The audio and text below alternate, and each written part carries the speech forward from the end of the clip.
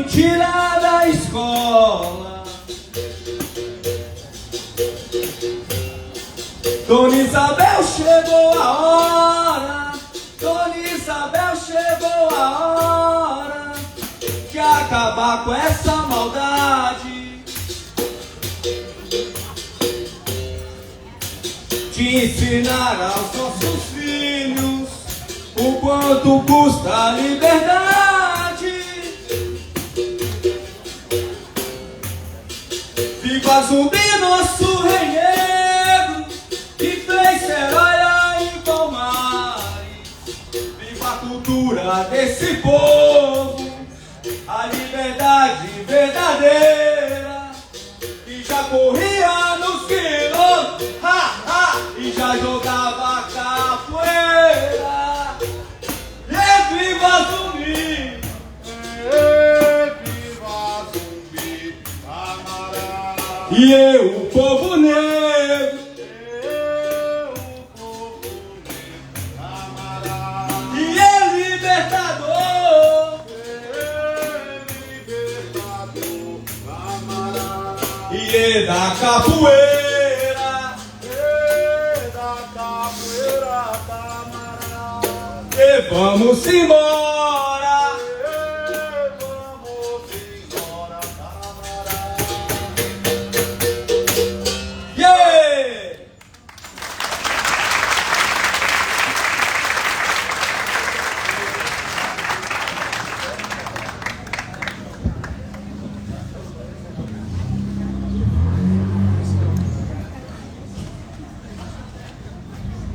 Bom, pessoal, como eu disse para vocês, essa música ela já é para trazer a dicotomia sobre o tema que nós vamos tratar aqui hoje. Essa música do Tony Vargas, ela faz referência à consciência negra baseada no espírito de Zumbi dos Palmares. Nós sabemos que o Dia da Consciência Negra, ele foi uma luta conquistada principalmente pelo movimento negro. O movimento negro, ele é um movimento que começa já desde o tempo da escravidão, com as irmandades negras, que se ocupavam com o tratamento médico, alimentação e também com os enterros, né, com a parte fúnebre dos escravizados. E ela vai ganhando força e se modificando ao longo dos anos na nossa história. Então nós tivemos o movimento negro ligado ao abolicionismo, depois nós vamos ter o movimento negro ligado à busca de direitos, e chegando nos nossos dias atuais, estamos discutindo a questão do racismo e a questão da reparação histórica. Então são temas polêmicos. Essa música ela vem fazer um contraponto. Ela começa indagando Princesa Isabel. Princesa Isabel, nós sabemos que assinou a Lei Áurea, 13 de maio de 1888. Ela assina a Lei Áurea que concede a liberdade definitiva. Tem só 2 artigos nessa Lei Áurea. E ele diz: a partir de hoje, todos os escravizados estão libertos.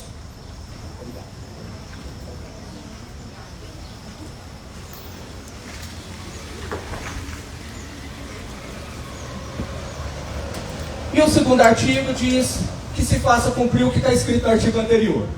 Então, são 2 pequenos artigos, mas muito importantes nessa lei.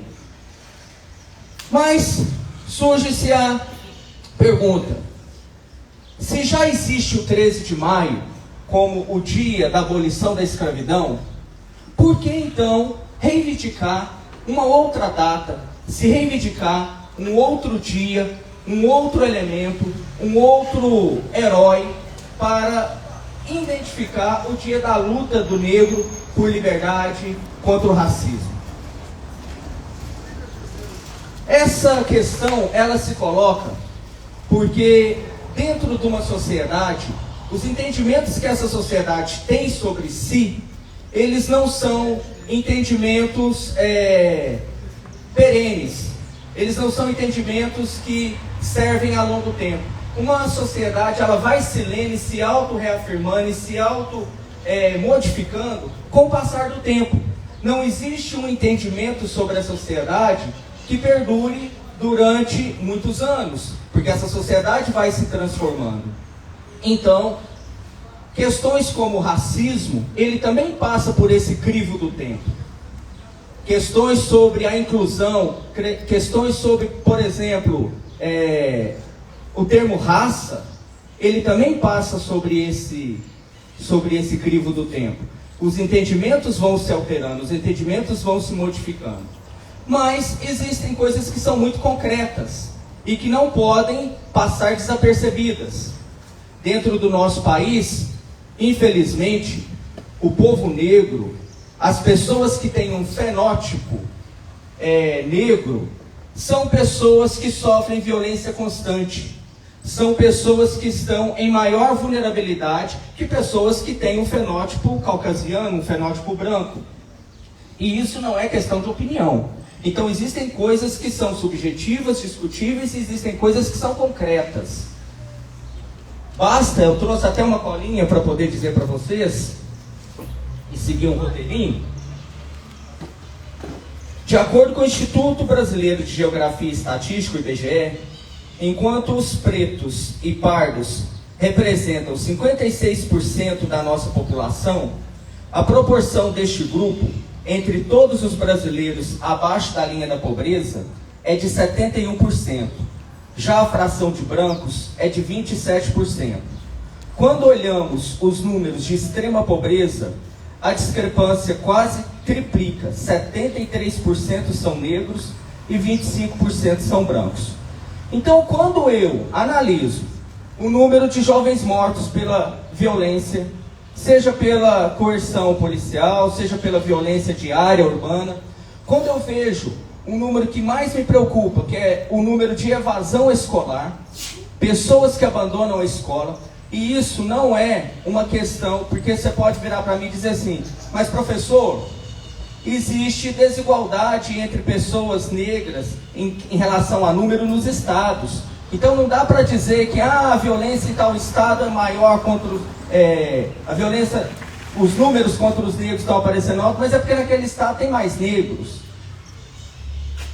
Em várias pesquisas que já foram feitas, foram classificadas inclusive pessoas de mesma renda, pessoas de estados diferentes. Os números sempre apontam na mesma direção. Independente da quantidade de pessoas negras no estado, independente da quantidade do nível social da pessoa, a questão da violência, a questão da evasão escolar atinge mais o povo negro. Isso é dados oficiais, basta vocês entrarem no IBGE e pesquisar para vocês verem, não é uma opinião. Bom, só que esse problema, ele se chama racismo, ele também é um problema, ao mesmo tempo presente, real, mas ele também é um problema ideológico. Porque o entendimento do que é racismo, ele não é apenas uma constatação de dados, ele também passa por um entendimento sobre o que é racismo. Será que racismo é apenas uma questão cultural? Será que racismo é apenas uma questão pontual? As pessoas estão acostumadas, por causa dos anos de escravidão no Brasil, a tratarem os negros como se fossem inferiores, mas se de repente começar a fazer uma promoção cultural, uma reeducação, já seria o suficiente para acabar com o racismo no Brasil. Será que isso é verdade? Será que o racismo, ele é apenas um fator social e econômico? Será que se eu simplesmente fizer a distribuição de políticas públicas, eu vou fazer políticas afirmativas, eu vou fazer distribuição de cotas, eu vou fazer o ingresso de pessoas negras em ambientes de trabalho, seja no ambiente público, na esfera federal, estadual.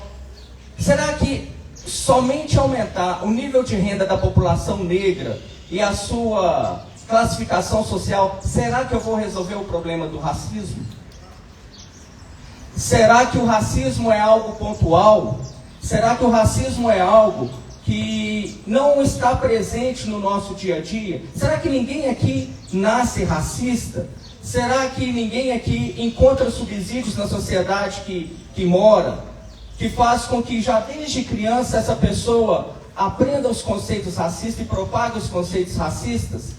Será que ele é algo pontual? É algo que eu posso simplesmente ignorar uma piada ou processar uma pessoa que me ofenda?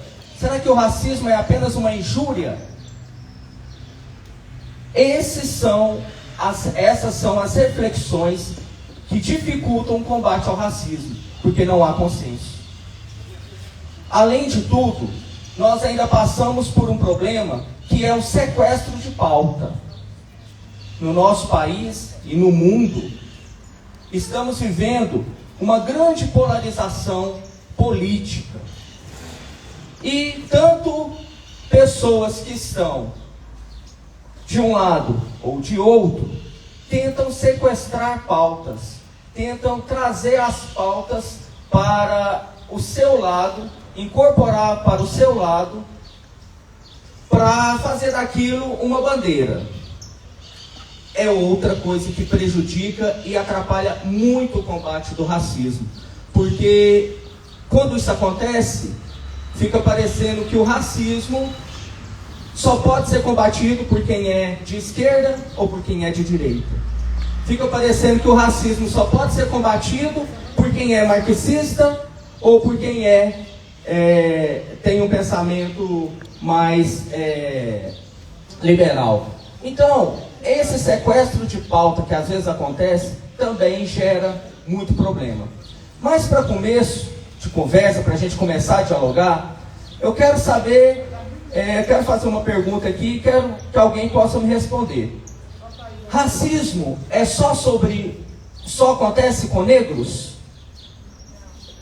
Quem pode me responder? Não precisa ter vergonha não, a gente vai conversar. O microfone vai. Pode.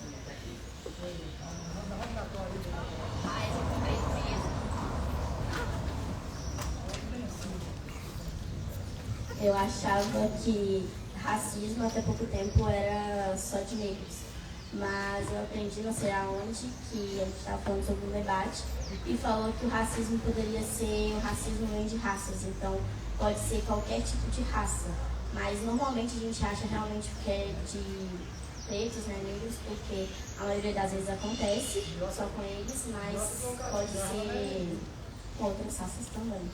Então, como é que é seu nome? Vitória. Ô Vitória, aproveitando você aqui, então eu quero saber, eu vou tirar uma casquinha para saber um pouquinho mais.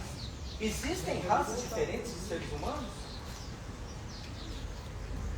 Sim, eu acho que raças tem a raça parda, a negra, a branca. A gente acha que é isso, eu acho que sim. Muito obrigado. Vitória, muito obrigado. A Vitória tem razão. Racismo não é apenas uma discriminação acerca do povo negro. Nós pensamos assim, nós enxergamos assim, porque o nosso contexto brasileiro, dentro da nossa realidade, o racismo ele ocorre de maneira sistemática acerca do povo negro. Mas o racismo pode ocorrer sobre qualquer tipo de raça de seres humanos. E aí você deve estar com a pulga atrás da orelha. Professor, mas existem raças diferentes de seres humanos? E aí, quem sabe me dizer isso? A Vitória deu a opinião dela. Quem é que acha que existem raças diferentes de seres humanos? Levanta a mão, vamos fazer uma enquete. Quem é que acredita que existem raças diferentes? Ninguém acredita que existem raças diferentes? Então como é que existe racismo se não existe raça diferente? Como é que alguém trata uma outra raça de maneira diferente se não existe raça?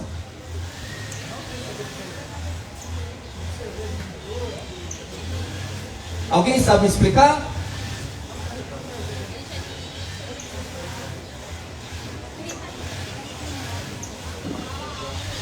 Alguém? Bom, pessoal, vocês têm razão de não ter levantado a mão.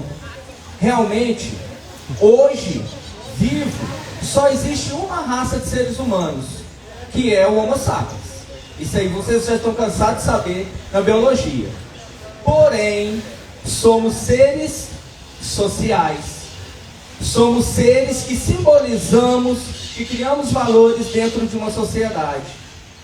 E, portanto, seres que estabelecem hierarquia social dentro dos seus membros, os membros dessa sociedade. Então, de forma simbólica, nós criamos raças sociais.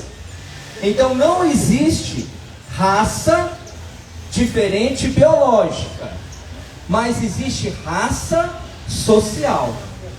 As raças sociais são diferenciadas por vários fatores. O mais evidente é o fator da etnia, é o fator de ligações étnicas, linguísticas de uma pessoa. Mas existem vários outros fatores que podem determinar uma raça. E isso está envolvido num complexo de social, econômico e político. Então não é apenas uma única definição. Para a gente entender as diferentes raças que existem em vários lugares do mundo e como elas são tratadas, nós temos que entender esses grupos dentro dos seus contextos. A gente tem que entender esse grupo dentro da sua ligação étnica, a gente tem que entender esse grupo dentro das suas características fenótipas, a gente tem que entender esse grupo dentro da sua condição social, civil. Então existem-se raças diferentes, mas não raças biológicas, raças sociais. E dentro do Brasil, desde a época da escravidão, passamos 300 anos praticando a escravidão aqui no nosso país, e apenas 130 anos que nós abolimos essa escravidão, nós não preparamos uma inclusão efetiva daqueles povos que foram escravizados dentro da nossa sociedade. Então, especificamente dentro do Brasil, o racismo se estabeleceu prioritariamente, sistematicamente, em cima do povo negro, porque esse povo, devido às suas condições sociais, econômicas, ele foi sistematicamente sendo privado, alijado de direitos e sistematicamente sendo colocado abaixo de outras classes sociais. Agora eu quero fazer uma outra pergunta para vocês. Quem é negro no Brasil? Quem sabe me responder? Como é que eu sei se eu sou negro ou não sou no Brasil?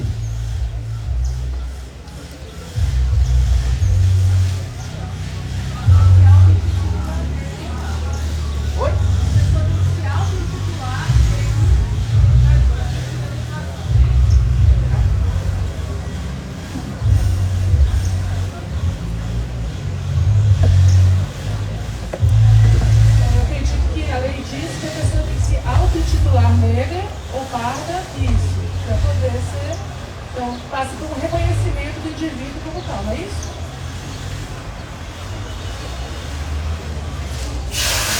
Sim, é Ingrid, né? No nosso país, nós temos a liberdade de escolhermos, nos identificarmos com a raça social que preferirmos. Porque no Brasil todos nós somos mestiços. Não existe aqui no Brasil uma única etnia preservada, como às vezes a gente encontra lá na África, ou na África, em vários lugares do mundo, como por exemplo os aborígenes, lá também na Austrália, onde que eles tentam preservar a sua unidade. Nós todos somos mestiços e temos o direito, por lei, de escolhermos, de nos identificarmos com a etnia que nos achamos pertencer.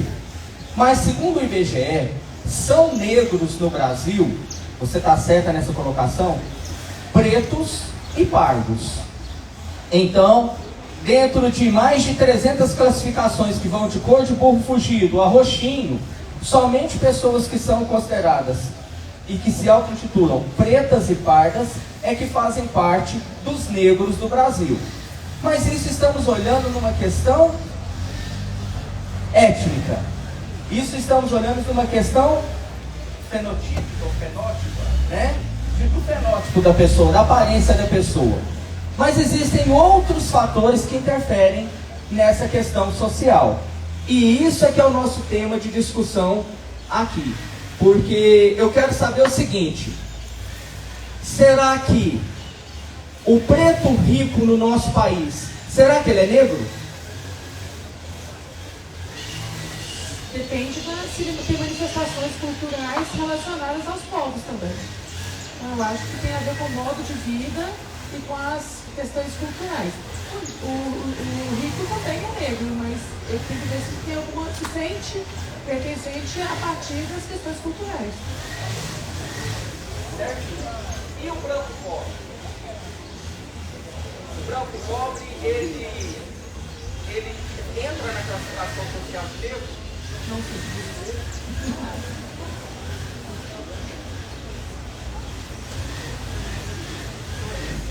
Professora Ingrid, nem você e nem a maioria das pessoas, e nem eu sei te dizer isso exatamente, porque essa é a grande discussão. Quando nós falamos de políticas afirmativas dentro do nosso país, a grande barreira que nós enfrentamos é saber classificar quem é realmente negro e que realmente precisa ser reafirmado, precisa ser inserido dentro da nossa sociedade. Será que um negro rico sofre racismo? Ou será que um branco pobre sofre mais do que um negro rico? Então, o racismo se justifica de acordo com a questão social da pessoa? O racismo existe de acordo com a posição social da pessoa, independente da cor? Essa é a grande discussão. Bom, posso dizer para vocês que, independente da posição social, ser negro no Brasil, na questão étnica, é ser pardo e ser preto. Mas na questão social, ser negro é ter o fenotipo, eu estou falando, às vezes estou falando errado, me corrijam por favor, o fenótipo, né? É ter o fenótipo negroide. Todas as pessoas que são negras, independente da condição financeira que essa pessoa possua, ela vai estar enfrentando de certa maneira o racismo dentro do nosso país. Isso porque o racismo, ele não está presente apenas no dia a dia, nas piadas, nas casualidades da vida. Ele não é apenas um negro que é maltratado dentro do supermercado, ele não é apenas uma piada feita na internet por um humorista que desqualifica o negro. O racismo, ele é, dentro do nosso país, sistêmico e institucional.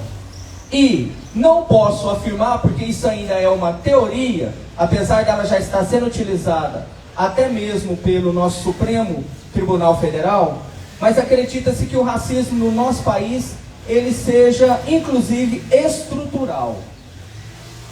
Quando eu digo que o racismo, ele é sistêmico, eu quero dizer que ele acontece com uma frequência, eu quero dizer que ele acontece com uma organização, eu quero dizer que ele acontece de uma maneira ordenada. Ele não é apenas uma coisa casual, ele não é apenas uma coisa pontual, ele é sistêmico, ele acontece perenemente, ele vai acontecendo constantemente de uma maneira organizada. Quando eu digo que o racismo no Brasil, ele é institucional, eu quero dizer que as instituições, que são os órgãos de repressão ideológicos do Estado, eles perpetuam o racismo. Então eu quero dizer que quando o racismo ele é institucional, eu quero dizer que ele está